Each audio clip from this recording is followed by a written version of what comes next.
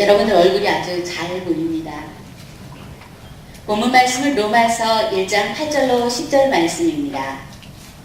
먼저 내가 예수 그리스도로 말미암아 너희 모든 사람에 관하여 내 하나님께 감사함은 너희 믿음이 온 세상에 전파됨이로다. 내가 그의 아들의 복음 안에서 내 심령으로 섬기는 하나님이 나의 증인이 되시거니와 항상 내 기도에 쉬지 않고 너희를 말하며 어떻게 하든지 이제 하나님의 뜻 안에서 너희에게로 나아갈 좋은 길 얻기를 구하노라.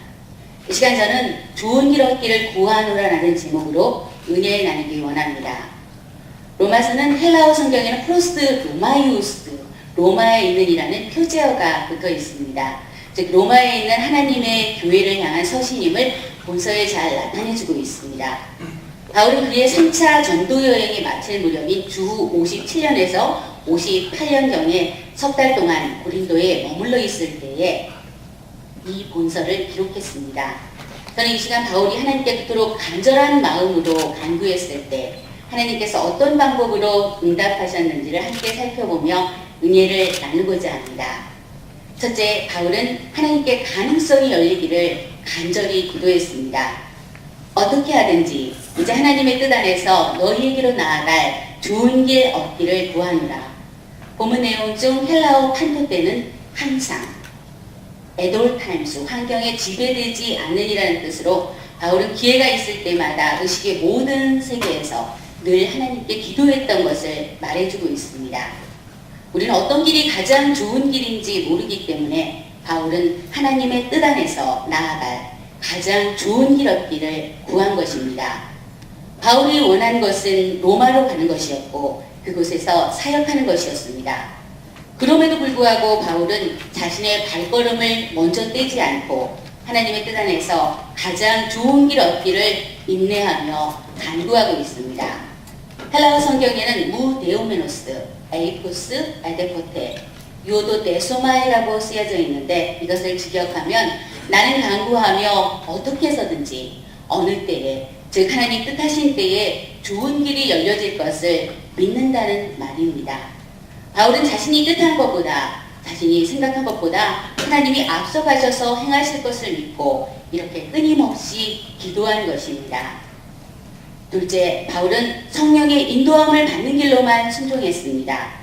바울이 직접 로마로 발걸음을 뗀 후에 그 길을 가는 동안 하나님께 동행을 구해도 되지만 하나님의 뜻을 먼저 묻고 그 뜻 안에서 성령이 이끌어 주시기를 간구한 것을 볼 수 있습니다.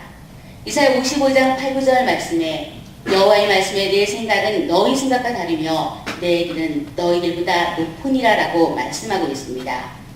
이렇게 항상 헬라어 판토테의 뜻처럼 끊임없이 기도해온 바울의 기도에 대한 하나님의 인도하심은 예루살렘으로 가는 것이었습니다. 이것은 로마로 가는 길과는 반대 방향이었고 그 결정은 바울 주위에 있는 모든 사람들이 극구 말릴 정도로 위험한 것이었습니다.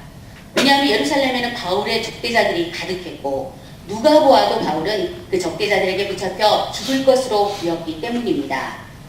바울은 후에 예루살렘에서 체포되었고 가이사랴 감옥에서 2년 동안 옥살이를 했을 뿐만 아니라 로마로 후송되었습니다.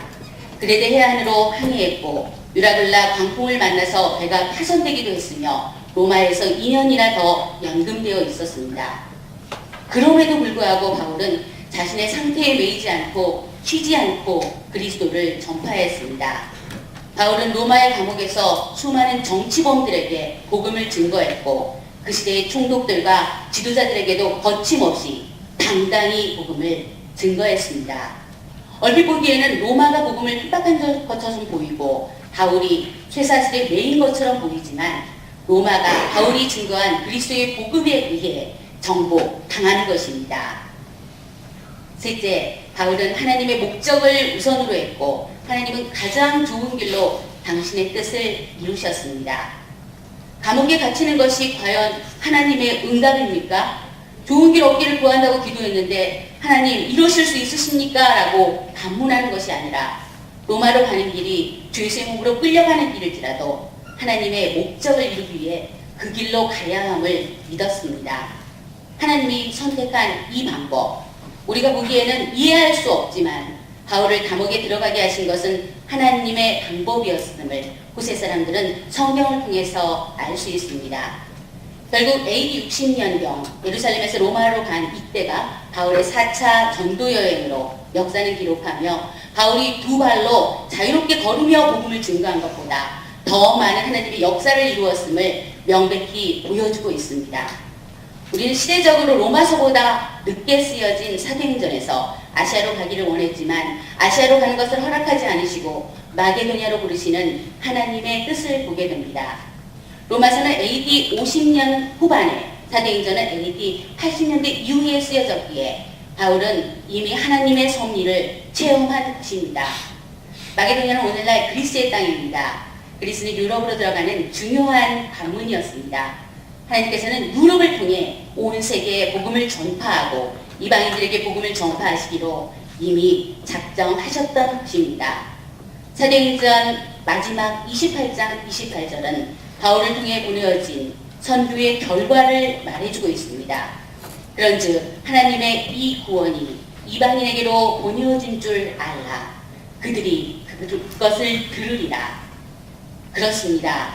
우리는 하나님의 뜻하심과 계획하심이 완전하다는 것을 시간이 지난 후에야 깨닫게 됩니다. 성경을 제3자의 입장으로 볼 때 바울의 간구에 가장 합당한, 가장 좋은 길로 인도하신 하나님을 우리는 보게 됩니다. 그러나 우리는 우리의 길을 인도하시는 하나님의 선하신 뜻을 얼마나 신뢰하고 계시는지요. 로마서 8장 28절은 말씀하고 있습니다. 우리가 알거니와 하나님을 사랑하는 자, 곧 그의 뜻대로 부르심을 입은 자들에게는 모든 것이 합력하여 선을 이루느니라. 바울에게 가장 좋은 길을 인도하신 하나님께서 저와 여러분에게 하나님의 최상의 길, 가장 좋은 길로 인도해 주실 것을 믿고 하나님께 사랑한다고 고백할 수 있었으면 좋겠습니다. 우리를 여기까지 인도하신 하나님께 감사드립니다. 할렐루야.